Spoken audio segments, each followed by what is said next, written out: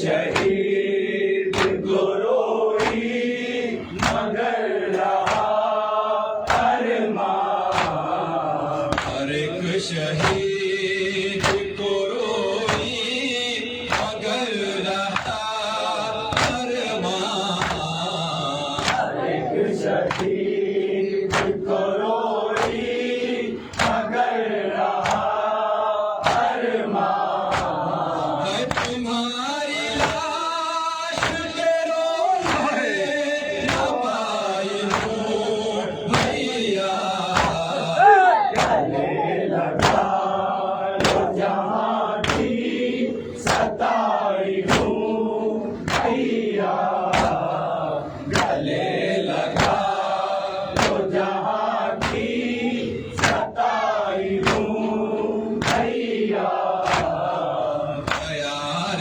درد و الم سے سمیٹ کر آنسو، پیار درد و الم سے سمیٹ کر آنسو، پیار درد و الم سے سمیٹ کر آنسو، پیار درد و الم سے سمیٹ کر آنسو، منانے آپ کا چہرہ میں آئی ہوں بھیا، گلے لگا لو جہاں کی ستائی ہوں بھیا، گلے لگا لو جہاں کی ستائی ہوں بھیا، جگہ ہر ایک مداح کو دینا قدموں میں، جگہ ہر ایک مداح کو دینا قدموں میں، جگہ ہر ایک مداح کو دینا قدموں میں، جگہ ہر ایک مداح کو دینا قدموں میں، یہ التجائے نظر ساحل آئی ہوں بھیا، گلے لگا لو جہاں کی ستائی ہوں بھیا، گلے لگا لو جہاں کی ستائی ہوں بھیا، سکون تم سے بچھڑ کر نہ پائی ہوں بھیا،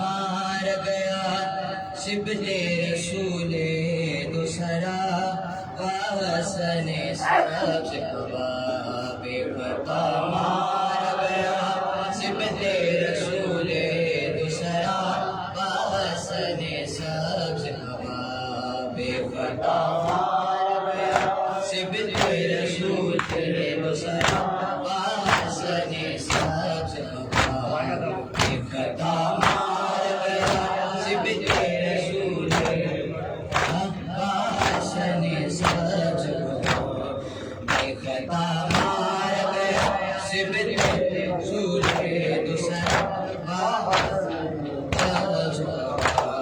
زہر سے ٹکڑے جگر منہ سے کفن لال ہوا، واسن سبز ہوا، بے پتا مار گیا سبت رسول دوسرا واسن سبز ہوا، بے پتا مار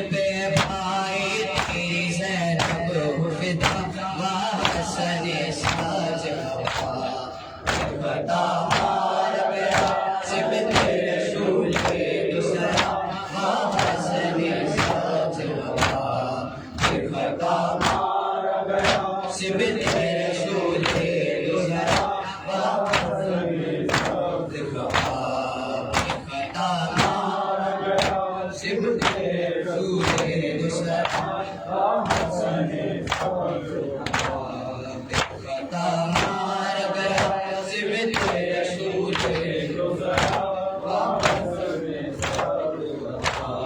گھر سے ایک بار جنازہ جو نکل جاتا ہے وہ پھر آتا ہے وہ پھر آتا ہے ایسا تابوت میں یہ لوٹ کے جو گھر آیا وہ حسن ساز وفا خطا مار گیا سبت رسول دوسرا حسن ساز وفا خطا مار گیا سبت رسول دوسرا حسن ساز وفا شین اس وقت جو غازی کو نہ روکا ہوتا حشر ہو جاتا بقا حشر ہو جاتا بقا تیرے آتے نہ جنازے پہ تمہارے مولا وہ حسن ساز وفا خطا مار گیا سبت رسول دوسرا وہ حسن ساز وفا خطا مار گیا سبت رسول دوسرا حسن ساز وفا ماں کے دکھ سے ابھی آزاد تھی زینب ہو گیا کیسا وفا ہو گیا کیسا وفا زندان رہا بھائی سوئے خلد گیا وہ حسن ساز وفا خطا مار گیا سبت رسول دوسرا حسن ساز وفا خطا مار گیا سبت رسول دوسرا حسن ساز وفا اگلتے ہوئے بھائی میرے کو دیکھا تڑپ کر کہا تڑپ کر کہا تیری غربت پہ بھائی تیری زینب ہو فدا وہ حسن ساز وفا خطا مار گیا سبت رسول دوسرا حسن ساز وفا خطا مار گیا سبت رسول دوسرا حسن ساز وفا یا حسینم یا حسین یا حسین یا حسین یا حسینم یا حسین یا حسین یا حسین یا حسینم یا حسین یا حسین یا حسین یا حسینم یا حسین یا حسین یا حسین یا حسینم یا حسین یا حسین یا حسین یا حسینم یا حسین یا حسین یا حسین الحسینی مشن کی سادہ یا حسین یا حسین الحسینی مشن کی سادہ یا حسین یا حسین نبی کا نواسا کون یا حسین یا حسین نبی کا نواسا کون یا حسین یا حسین علی کا دلارا کون یا حسین یا حسین علی کا دلارا کون یا حسین یا حسین فاطمہ کا سایہ کون یا حسین یا حسین فاطمہ کا سایہ کون یا حسین یا حسین حسن آپ کا بھائی کون یا حسین یا حسین حسن آپ کا بھائی کون یا حسین یا حسین عباس تیرا آقا کون یا حسین یا حسین عباس تیرا آقا کون یا حسین یا حسین الحسینی مشن کی سزا